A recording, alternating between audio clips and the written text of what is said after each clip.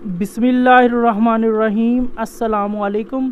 Chapter number 17 की example number 6। Suppose that 4 random samples of size n1 which is equal to 11, n2 which is equal to 9, n3 which is equal to 12, n4 which is equal to 15 are selected from 4 normal populations and gave s1 square which is equal to 392, s2 square which is equal to 427, s3 square which is equal to 620, s4 square which is equal to 667.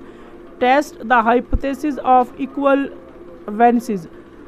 तो इस example में आपने बटलेस test use करना है। तो जो values मुझे given थी वो मैंने ऊपर लिख दी हैं। n1 which is equal to 11, n2 which is equal to 9, n3 which is equal to 12, n4 which is equal to 15 और s1 square which is equal to 392, s2 square which is equal to 427, s3 square which is equal to 620, s4 square which is equal to 667।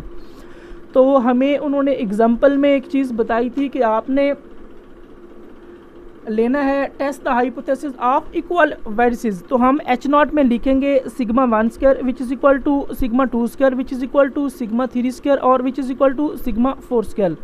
और h1 जो उसका alternative है उसमें हम लिखेंगे all variances are not equal. Second step is that level of significance. तो इस example में हमें लेवल ऑफ सिग्निफिकेंस गिवन नहीं है तो हमने अपनी मर्ज़ी से लिया है 0.05। तीसरा स्टेप है टेस्ट स्टैटिस्टिक। तो जब आप बटलेस टेस्ट यूज़ कर रहे हो तो उसमें आपने लिखना है u नीचे CL यानी कि u calculated which is equal to 2.3026 q over c। यहाँ पे q बराबर है n minus k log s square p minus summation i से 1k तक। i से 1k तक मुराद है कि आपने पहले 1 पुट करना है और उसको जाना है k तक। k से मुराद है नंबर ऑफ़ कॉलम्स, यानी यहाँ पे हमारे पास 1 2 3 एंड 4, तो हमारे पास 4 कॉलम बन रहे हैं। तो हमने i से 1 4 तक जाना है into n-1 log s square. और उसके बाद हमें चाहिए c बराबर होता है 1 plus 3 over k minus 1, i से 1 k मीन के 4 तक 1 over n-1 minus 1 over n minus k। 4 step है कैलकुलेशन जिसमें मैंने लिखा है Bartlett's test for homogeneity of variances. तो इस फार्मूलाज में जो भी हमें चीज़ चाहिए तो वो मैं नीचे फाइंड कर रहा हूँ। सबसे पहले मैंने कॉलम बनाया है सैंपल का, तो मेरे पास 4 कॉलम बन रहे हैं, n की भी वैल्यूज़ 4 है और मेरे पास s की भी वैल्यू 4 है। तो मैं लिखूँगा 1 2 3 एंड 4। नेक्स्ट मैंने कॉलम बनाया s स्क्वायर का। s स्क्वायर का मतलब है कि मैं तरतीब के साथ s की वैल्यूज़ लिखूँगा। फर्स्ट मैं लिखूँगा s1 स्क्वायर की वैल्यू जो मेरे पास है 392, फिर मैं लिखूँगा s2 स्क्वायर की वैल्यू जो मेरे पास है 427, फिर मैं लिखूँगा s3 स्क्वायर की वैल्यू जो मेरे पास है 620, फिर मैं लिखूँगा s4 स्क्वायर की वैल्यू जो मेरे पास है 667। नेक्स्ट कॉलम में n-1 का। अब हमें n की तो वैल्यू गिवन नहीं है बल्कि हमें n की 4 वैल्यू गिवन है, n1 n2 n3 n4। जब हम n-1 में जो फर्स्ट सैम्पल में जो वैल्यू फाइंड करेंगे उसमें हम लिखेंगे n1 की वैल्यू जो मेरे पास 11 है, तो 11 में से मैं 1 को माइनस करूंगा तो मेरे पास फर्स्ट n-1 की वैल्यू बन जाएगी 10। इसी तरह जब मैं सेकंड सैंपल फाइंड करना है तो मैंने n2 की वैल्यू लेनी है, तो n2 की मेरे पास वैल्यू 9 है, तो 9 साथ में ये -1 मैंने करना है तो मेरे पास 8 बन जाएगा। इसी तरह थर्ड सैंपल में मैं n3 की वैल्यू लूँगा जो मेरे पास 12 है, तो 12 में उसमें से मैंने -1 को करना है तो मेरे पास उसकी वैल्यू 11 बन जाएगी। इसी तरह 4 सैंपल में मैं n की वैल्यू 4 लूँगा जो मेरे पास 15 है, तो 15 में से मैंने 1 को माइनस किया तो मेरे पास उसकी वैल्यू बन गई 14। अब मैंने इन 4 वैल्यू को ऐड किया तो मेरे पास n-1 की वैल्यू बन गई 43। नेक्स्ट मैंने कॉलम बनाया 1 ओवर n-1 का, क्योंकि यहाँ पे मुझे चाहिए 1 ओवर n-1। तो आपने 1 ओवर n-1 को फाइंड कैसे करना है, 1 ओवर सेम n-1 की जगह n की फर्स्ट वैल्यू जो मेरे पास 10 है तो 1 डिवाइडेड बाई 10, तो मेरे पास आंसर आया 0.130। नेक्स्ट जो मैंने कॉलम फाइंड करना है उसमें भी मैंने 1 ओवर n-1 फाइंड करना है, तो 1 ओवर सेम n-1 की जगह सेकंड सैंपल में सेकंड n-1 की वैल्यू जो मेरे पास 8 है, तो 1 ओवर 8, 1 को मैंने 8 के ऊपर डिवाइड किया तो मेरे पास उसकी वैल्यू आ गई 0.1250। नेक्स्ट थर्ड कॉलम में मैं 1 ओवर n-1 की थर्ड वैल्यू यूज़ करूँगा जो मेरे पास 11 है, तो 1 और 11 बन गया 0.0909। इसी तरह 4 कॉलम में 1 ओवर n-1 की 4 वैल्यू जो मेरे पास 14 है, 1 डिवाइडेड बाई 14 तो मेरे पास उसकी वैल्यू आ गई 0.0714। तो मैंने इन तमाम वैल्यूज़ को ऐड किया तो मेरे पास 1/n-1 की वैल्यू बन गई 0.3873। नेक्स्ट मैं फाइंड करने जा रहा हूँ n-1 s²। n-1 s² का मतलब है कि आपने n-1 की फ़र्स्ट वैल्यू लेनी है जो मेरे पास 10 है, और s² की भी आपने फ़र्स्ट वैल्यू लेनी है जो मेरे पास 392 है। तो मैंने 10 को 392 से मल्टीप्लाई किया तो मेरे पास उसकी वैल्यू बन गई 3920। इसी तरह n-1 s² के सेकंड कॉलम में मैंने n-1 की सेकंड वैल्यू लेनी है और s² की भी सेकंड वैल्यू लेनी है। तो मैंने 8 को 427 से यहाँ पे मल्टीप्लाई किया तो उसकी मेरे पास वैल्यू बन गई 3416। इसी तरह थर्ड कॉलम में n-1 की मैं थर्ड वैल्यू लूँगा और s² की भी थर्ड वैल्यू लूँगा। तो मैंने 11 को मल्टीप्लाई किया 620 से तो उसकी मेरे पास वैल्यू आ गई 6820। इसी तरह n-1 s² के 4 कॉलम में मैं n-1 की भी 4 वैल्यू लूँगा और s² की भी 4 वैल्यू लूँगा। तो मेरे पास उसकी वैल्यू आ गई 9338। मैंने फर्स्ट सेकंड थर्ड एंड 4 जो n-1 s² की वैल्यूज़ थी उसको ऐड किया तो मेरे पास n-1 s² की वैल्यू बन गई 23494। नेक्स्ट मैं फाइंड करने जा रहा हूँ log s²। तो आपने log s² कैसे फाइंड करना है? सबसे पहले आपने लफ्ज़ लिखना है log, उसके बाद s² है तो आपने फर्स्ट s² की वैल्यू लेनी जो मेरे पास है 392। आपने कैलकुलेटर पे जाना है, कैलकुलेटर पे पहले आपने log लिखना है, उसके बाद आपने 392 लिखना है तो आपके पास उसकी वैल्यू बन जाएगी 2.5933। इसी तरह सेकंड में आपने पहले log लिखना है, s² की सेकंड वैल्यू लेनी जो मेरे पास 427 है तो आपके पास कैलकुलेटर से वैल्यू बन जाएगी 2.6304। इसी तरह थर्ड कॉलम में पहले आपने log लिखना है, फिर s² की थर्ड वैल्यू लिखनी है तो आपके पास उसकी वैल्यू बन जाएगी 2.7924। इसी तरह log s² की 4 कॉलम में पहले आपने log लिखना है, फिर s² की 4 वैल्यू लेनी जो मेरे पास 667 है तो आपके पास उसकी वैल्यू बन जाएगी 2.8241। नेक्स्ट मैं फाइंड करने जा रहा हूँ n-1 log s²। n-1 से मुराद है n1 की फ़र्स्ट वैल्यू जो मेरे पास 10 है, log s से मुराद है कि log s² की फ़र्स्ट वैल्यू जो मेरे पास 2.5933 है। तो मैंने 10.2.5933 से उसको मल्टीप्लाई किया तो मेरे पास फर्स्ट वैल्यू बन गई 25.9330। इसी तरह n-1 log s², n-1 की सेकंड वैल्यू 8, log s² की सेकंड वैल्यू 2.6304 तो मेरे पास उसकी वैल्यू बन गई 21.0432। इसी तरह n-1 की मेरे पास थर्ड वैल्यू 11 तो log s² की थर्ड वैल्यू 2.7924 तो उसकी मेरे पास वैल्यू बन गई 30.7164। इसी तरह n-1 log s² की मेरे पास 4 वैल्यू है, n-1 की 4 वैल्यू 14 है और log s² की मेरे पास 4 वैल्यू 2.8241 है। तो मैंने उनको मल्टीप्लाई किया तो मेरे पास उसकी वैल्यू बन गई 39.5374। तो मैंने इन 4 वैल्यूज़ को ऐड किया तो मेरे पास n-1 log s² की 4 वैल्यू बन गई 117.2300। अब मैं आता हूँ इसके नेक्स्ट पार्ट की तरफ। अब देखिएगा, सबसे पहले मैंने लिखा है the polled unbiased estimate of variance. इसमें मैं s² p की वैल्यू फाइंड करना चाहता हूँ। s² p बराबर होता है summation into n-1 s² over summation into n-1। अब देखिएगा n-1 s², इसकी हम वैल्यू फाइंड कर चुके हैं।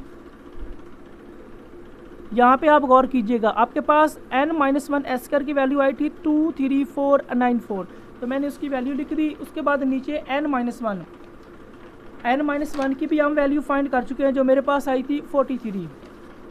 अब आपने इस वैल्यू को इस वैल्यू के ऊपर डिवाइड करना है तो आपके पास s² p की वैल्यू बन जाएगी 546.3721। अब हमने फाइंड करना है u कैलकुलेटेड किसके बराबर था, मैं आपको दोबारा दिखाता हूँ। u कैलकुलेटेड बराबर था 2.3026 q और c। तो हमने q और c की वैल्यू फाइंड करनी थी। q बराबर होता है n- के log s² p minus summation i से 1 मैंने 4 लिखा क्योंकि मेरे पास नंबर ऑफ कॉलम 4 है, इंटू n-1 log s²। अब n- के यहाँ पे हम डायरेक्ट नहीं कर सकते, उसके लिए यहाँ पे मैंने इसको सेपरेट सॉल्व किया है। यहाँ पे पहले मैंने लिखा है n- के इक्वल के बाद मैंने सॉरी निशान लगाया क्योंकि यहाँ पे मैं n- के फाइंड करने जा रहा हूँ। अब हमें डायरेक्ट n की वैल्यू गिवन नहीं है। जब आपको डायरेक्ट n की वैल्यू गिवन ना हो तो फिर आपने क्या करना है, आपके पास n1 n2 n3 और n4 की जो वैल्यूज़ है उसको आपने लिखना है n के बराबर। तो फिर आपने उन 4 वैल्यूज़ को ऐड करना है, n1 की वैल्यू, n2 की वैल्यू, n3 की वैल्यू, n4 की वैल्यू। अगर आप इसको ऐड करेंगे तो आपके पास इसकी वैल्यू बन जाएगी 47 और n1 n2 n3 और n4 को ऐड करने से जो वैल्यू आएगी वो आपकी n की वैल्यू होगी, जो मेरे पास 47 बन गई है। नेक्स्ट लिखा हुआ था के से मुराद है बेसिकली नंबर ऑफ कॉलम्स। तो गौर कीजिएगा इसमें नंबर ऑफ कॉलम्स कितने बन रहे हैं 1 2 3 एंड 4।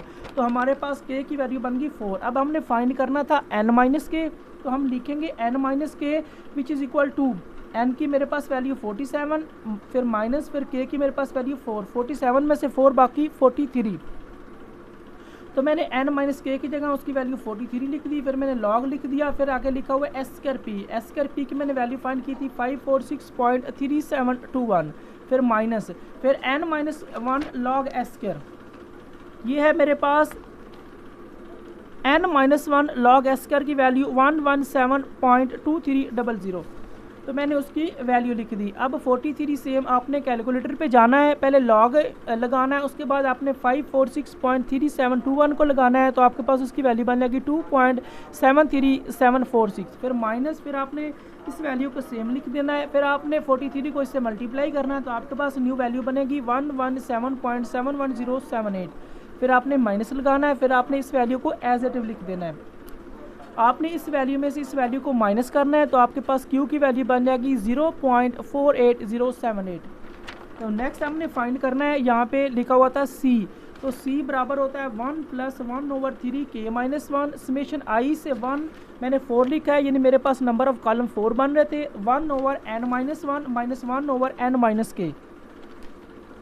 अब 1 + 1/3 सेम k - 1 को मैंने यहाँ पे सॉल्व किया है। k - 1 बराबर होता है k से मुराद है नंबर ऑफ कॉलम, जो मेरे पास 4 हैं, तो साथ में -1, 4 में से 1 बाकी 3, तो मैंने k - 1 की वैल्यू 3 लिख दी। नेक्स्ट मेरे पास है 1/n - 1, तो मैंने यहाँ पे 1/n - 1 की वैल्यू फाइंड की थी, जो मेरे पास आई थी 0.3873। नेक्स्ट है मेरे पास 1/n - k, तो n - k की वैल्यू मैंने यहाँ पे फाइंड की थी, जो मेरे पास 43 है।